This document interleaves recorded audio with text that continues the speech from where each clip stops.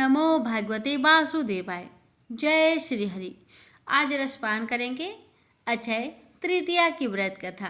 भक्तों, वैशाख अक्षय तृतीया व्रत एक अत्यंत पुण्यदायी तिथि मानी जाती है। यह दिन वैशाख मास के शुक्ला पक्ष की तृतीया को आता है और इसे अक्षय तृतीया या आखा तीज भी कहते हैं। इस दिन किए गए जप, तप, दान, स्नान, हवन आदि का फल अक्षय, कभी भी न समाप्त होने वाला माना जाता है। यह दिन सतयुग और त्रेता युग की शुरुआत का दिन माना जाता है। भगवान परशुराम, भगवान विष्णु के छठे अवतार का जन्म इसी दिन हुआ था। महाभारत के अनुसार इस दिन भगवान श्री कृष्ण ने पांडवों को अक्षय पात्र दान दिया था। इस दिन किए हुए शुभ कार्यों का फल कई गुना बढ़ जाता है। व्रत एवं नियम। प्यारे भक्तों, इस दिन प्रातः सूर्योदय से पहले उठकर स्नान करें, तामसी भोजन वर्जित करें और उपवास रखें या फलहार लें। भगवान विष्णु, माता लक्ष्मी व परशुराम जी की पूजा करें। पीले वस्त्र पहनकर विष्णु सहस्त्र नाम या विष्णु स्तुति का पाठ करें। ब्राह्मणों या गरीबों को दान करें। इस दिन विशेष रूप से निम्नलिखित चीज़ें दान करना शुभ होता है: जल से भरे घड़े, चावल, गेहूँ, सत्तू, गुड़, छाता, जूते, चप्पल, वस्त्र, पंखा, बेलपत्र, स्वर्ण या चांदी यदि संभव हो तो। अब सुनिए कथा। कथानुसार श्री कृष्ण के बालपन के मित्र सुदामा इसी दिन श्री कृष्ण के द्वारा उनसे अपने परिवार के लिए आर्थिक सहायता मांगने गए थे। भेंट के रूप में सुदामा के पास केवल एक मुट्ठी पोहा ही था। पोहा, जिन्हें चिवड़ा भी कहते हैं। भक्तों, श्री कृष्ण से मिलने के उपरांत अपना भेंट उन्हें देने में सुदामा को संकोच हो रहा था, किंतु भगवान श्री कृष्ण ने मुट्ठी भर पोहा सुदामा के हाथ से ले लिया और बड़े ही चाव से पोहा को खाया। चूँकि सुदामा श्री कृष्ण के अतिथि थे, श्री कृष्ण ने उनका भव्य रूप से आदर सत्कार किया। ऐसे सत्कार से सुदामा बहुत ही प्रसन्न हुए, किंतु आर्थिक सहायता के लिए श्री कृष्ण से कुछ भी कहना उन्हें उचित नहीं लगा और वह बिना कुछ बोले ही भगवान श्री कृष्ण से अपने घर के लिए निकल पड़े। जब सुदामा अपने घर को पहुँचे तो बहुत ही हैरान रह गए। उनकी टूटे फूटे झोपड़ी के स्थान पर एक भव्य महल खड़ा था और उनकी गरीब पत्नी और बच्चे नए वस्त्र आभूषण से सुसज्जित थे। सुदामा को यह समझते विलंब न हुआ कि यह उनके मित्र श्री कृष्ण, विष्णु भगवान के अवतार श्री कृष्ण भगवान का ही आशीर्वाद है। यही कारण है कि अक्षय तृतीया को धन संपत्ति की लाभ प्राप्ति से भी जोड़ा जाता है। प्रेम से बोलिए हरे कृष्णा। अब आइए सुनते हैं दूसरी कथा। अक्षय तृतीया की एक कथा के अनुसार प्राचीन काल में एक धर्मदास नामक वैश्य था। धर्मदास अपने परिवार के साथ एक छोटे से गांव में रहता था। वह बहुत ही गरीब था। वह हमेशा अपने परिवार के भरण पोषण के लिए चिंतित रहता था। उसके परिवार में कई सदस्य थे। धर्मदास बहुत धार्मिक प्रवृत्ति का व्यक्ति था। उसका सदाचार तथा देव एवं ब्राह्मणों के प्रति उसकी श्रद्धा अत्यधिक प्रसिद्ध थी। अक्षय तृतीया व्रत के महात्म्य को सुनने के पश्चात उसने अक्षय तृतीया पर्व के आने पर सुबह जल्दी उठकर गंगा में स्नान करके विधि पूर्वक देवी देवताओं की पूजा की। व्रत के दिन सामर्थ्य अनुसार जल से भरे घड़े, पंखे, जौ, सत्तू, चावल, नमक, गेहूं, गुड़, घी, दही, सोना तथा वस्त्र आदि वस्तुएं भगवान के चरणों में रखकर ब्राह्मणों को अर्पित की। यह सब दान देखकर धर्मदास के परिवार वाले तथा उसकी पत्नी ने उसे रोकने की कोशिश की। उन्होंने कहा कि अगर धर्मदास इतना सब कुछ दान में दे देगा तो उसके परिवार का पालन पोषण कैसे होगा। फिर भी धर्मदास अपने दान और पुण्य कर्म से विचलित नहीं हुआ और उसने ब्राह्मणों को कई प्रकार का दान दिया। उसके जीवन में जब भी अक्षय तृतीया का पर्व आया, प्रत्येक बार धर्मदास ने विधि से इस दिन पूजा एवं दान आदि कर्म किए।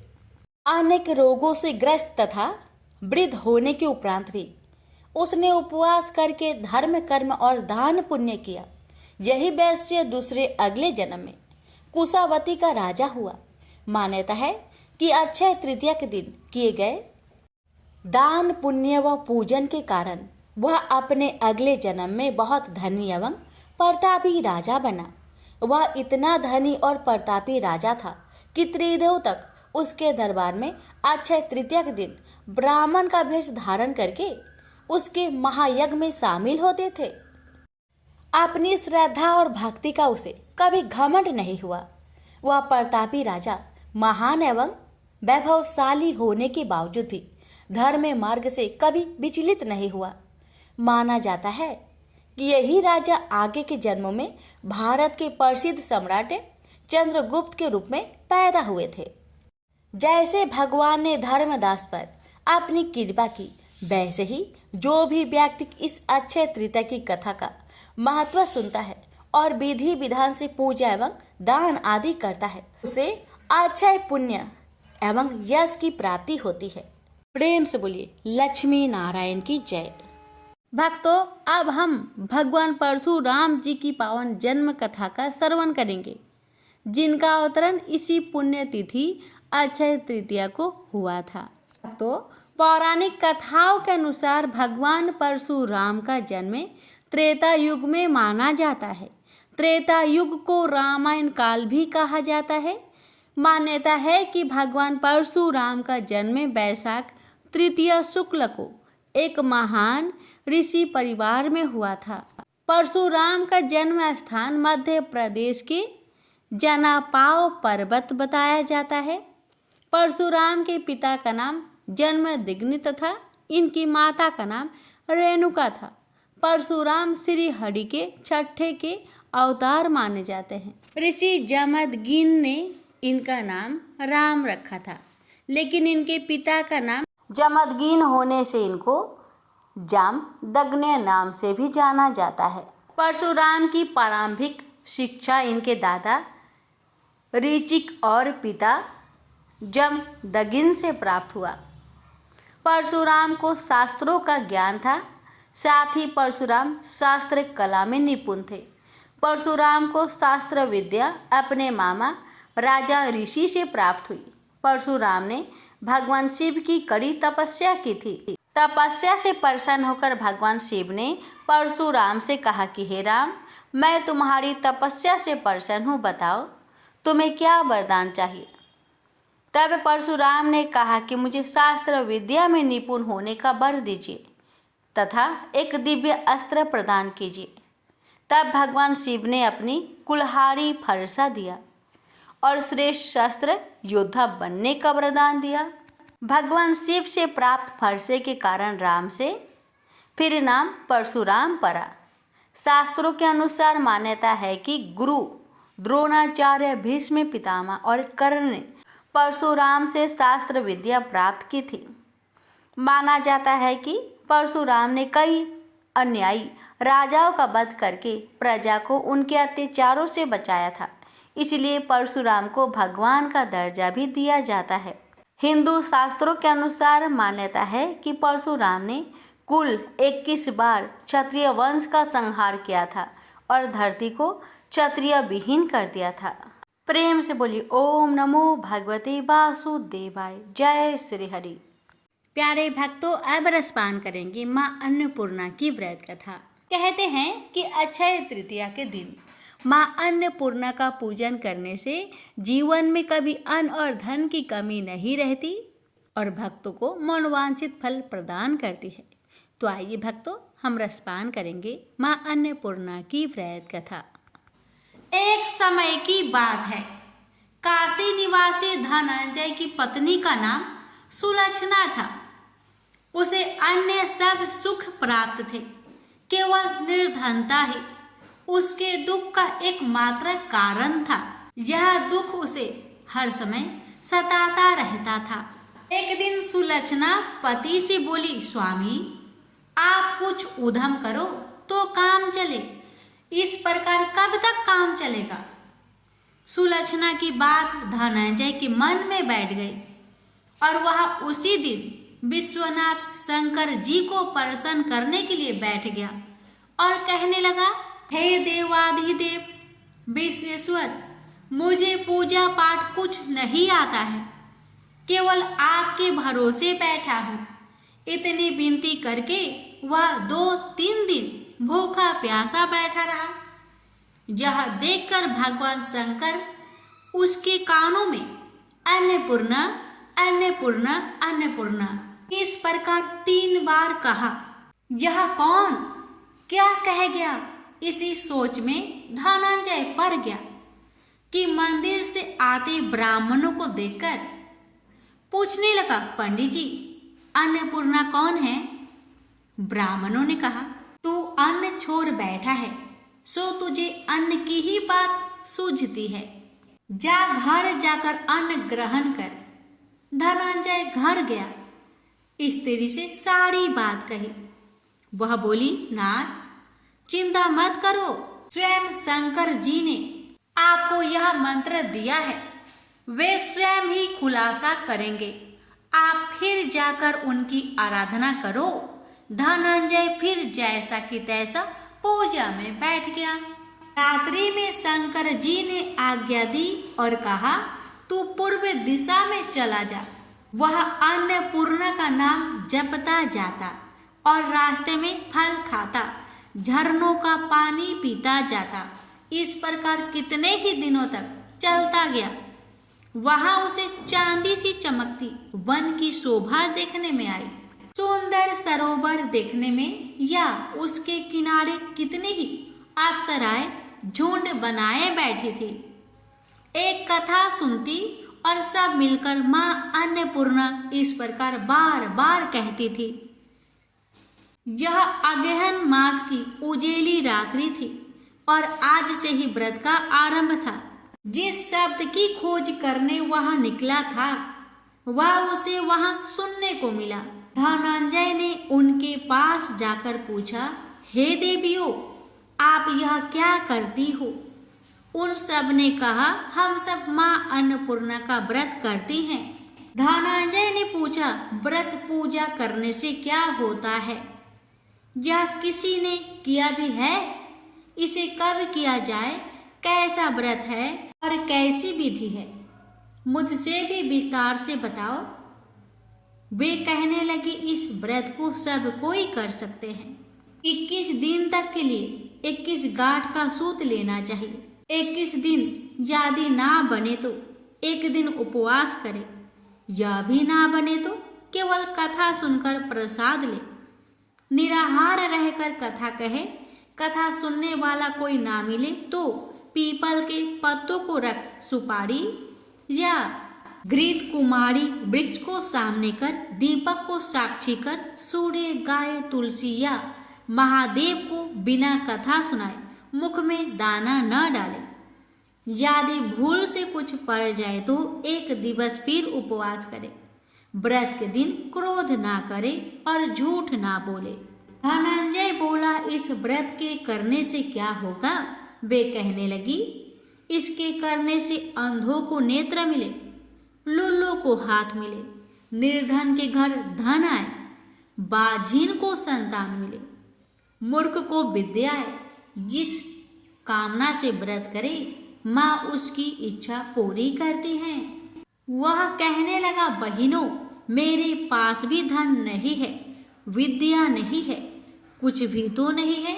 मैं तो दुखिया ब्राह्मण हूँ, मुझे इस व्रत का सूत दोगी।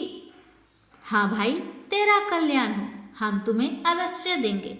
ले इस व्रत का मंगल सूत्र ले। धनंजय ने व्रत किया, व्रत पूरा हुआ। तभी सरोवर में से 21 खंड की स्वर्ण सीरी हीरा मोती जरी हुई प्रकट हुई। धनंजय अन्नपूर्णा अन्नपूर्णा कहता जाता था। इस प्रकार कितनी ही सीढ़ियां उतर गया तो क्या देखता है कि करोड़ों सूर्य से प्रकाशमान अन्नपूर्णा का मंदिर है। उसके सामने स्वर्ण सिंहासन पर माता अन्नपूर्णा विराजमान है। सामने भिक्षा हेतु शंकर भगवान खड़े हैं। देवंगनाएं चवर डुलाती है, कितने ही हथियार बंधे पहरा देती हैं।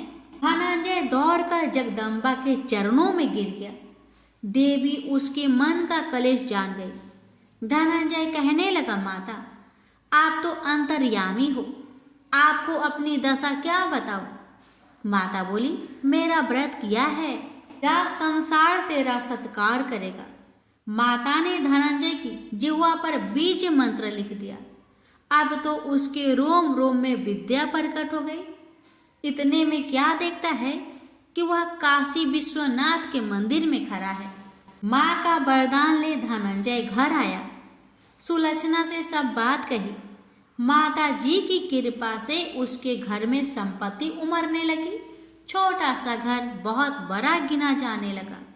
जैसे शहद के छत्ते में मक्खियाँ जमा होती है, उसी प्रकार अनेक सगे संबंधी आकर उसकी बड़ाई करने लगे। कहने लगे, इतना धन और इतना बड़ा घर, सुंदर संतान नहीं तो इस कमाई का कौन भोग करेगा। सुलक्षणा से संतान नहीं है, इसलिए तुम दूसरा विवाह करो। अनिच्छा होते हुए भी धनंजय को दूसरा विवाह करना पड़ा और सती सुलक्षणा को सौत का दुख उठाना पड़ा। इस प्रकार दिन बीतते गए। फिर अगहन मास आया। नए बंधन से बंधे पति से सुलक्षणा ने कहलाया कि हम व्रत के प्रभाव से सुखी हुए हैं, इस कारण यह व्रत छोड़ना नहीं चाहिए। यह माता जी का प्रताप है जो हम इतने संपन्न और सुखी हैं। सुलक्षणा की बात सुन धनंजय उसके यहाँ आया और व्रत में बैठ गया। नई बहू को इस व्रत की खबर नहीं थी। वह धनंजय के आने की राह देख रही थी। दिन बीतते गए और व्रत पूर्ण होने में 3 दिवस बाकी थे कि नई बहू को खबर पड़ी। उसके मन में ईर्ष्या की ज्वाला दहक रही थी। सुलक्षणा के घर आ पहुंची और उसने वहां भगदड़ मचा दी। वह धनंजय को अपने साथ ले गई। नए घर में धनंजय को थोड़ी देर के लिए निंद्रा ने आ दबाया। इसी समय नई बहू ने उसका व्रत का सूत तोड़कर आग में फेंक दिया। अब तो माता जी का कोप जाग गया। घर में अकस्मात आग लग गई। सब कुछ जलकर खाक हो गया। सुलक्षणा जान गई और पति को फिर अपने घर ले आई। नई बहू रूठकर पिता के घर जा बैठी।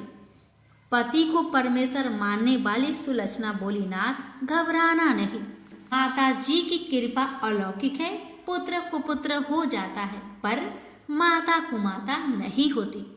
अब आप श्रद्धा और भक्ति से आराधना शुरू करो, वे जरूर हमारा कल्याण करेगी। धनंजय फिर माता के पीछे पड़ गया। फिर वही सरोवर सीढ़ी प्रकट हुई। उसमें माँ अन्नपूर्णा कहकर वह उतर गया। वहां जा माता जी के चरणों में रुदन करने लगा। माता प्रसन्न हो बोली, यह मेरी स्वर्ण की मूर्ति ले, उसकी पूजा करना, तू फिर सुखी हो जाएगा। जा, तुझे मेरा आशीर्वाद है। तेरी स्त्री सुलक्षणा ने श्रद्धा से मेरा व्रत किया है, उसे मैंने पुत्र दिया है। धनंजय ने आंखें खोली तो खुद को काशी विश्वनाथ के मंदिर में खड़ा पाया। वहां से फिर उसी प्रकार घर को आया। इधर सुलक्षणा के दिन चढ़े और महीने पूरे होते ही पुत्र का जन्म हुआ। गांव में आश्चर्य की लहर दौड़ पड़ी। इस प्रकार उसी गांव के निसंतान सेठ के पुत्र होने पर उसने माता अन्नपूर्णा का मंदिर बनवा दिया। उसमें माता जी धूमधाम से पधारी। यज्ञ किया और धनंजय को मंदिर के आचार्य का पद दे दिया। जीविका के लिए मंदिर की दक्षिणा और रहने के लिए बड़ा सुंदर सा भवन दिया। धनंजय स्त्री पुत्र सहित वहां रहने लगा। माता जी की चढ़ावे में भरपूर आमदनी होने लगी। उधर नई बहू के पिता के घर डाका पड़ा, सब लुट गया। वे भीख मांगकर पेट भरने लगे। सुलक्षणा ने यह सुना तो उन्हें बुला भेजा। अलग घर में रख लिया और उनके अन्य वस्त्र का प्रबंध कर दिया। धनंजय, सुलक्षणा और उसका पुत्र माताजी की कृपा से आनंद से रहने लगे। माताजी ने जैसे इनके भंडार भरे वैसे सबके भंडार भरे। प्रेम से बोलिए अन्नपूर्णा माताजी की जय। हर हर महादेव। माता पार्वती की जय। अब रसपान करेंगे हर व्रत कथा के साथ सुनी जाने वाली गणेश भगवान और लापसी तापसी की व्रत कथा। गणेश जी और मालिन की कथा। एक बार एक नगर में एक मालिन रहती थी। उसके पति चल बसे थे। उसका एक 4 साल का पुत्र था। उसकी सास कठोर हृदय की स्त्री थी।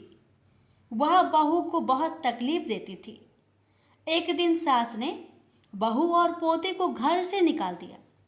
वे दोनों रोते हुए चलते चलते एक जंगल में जा पहुंचे।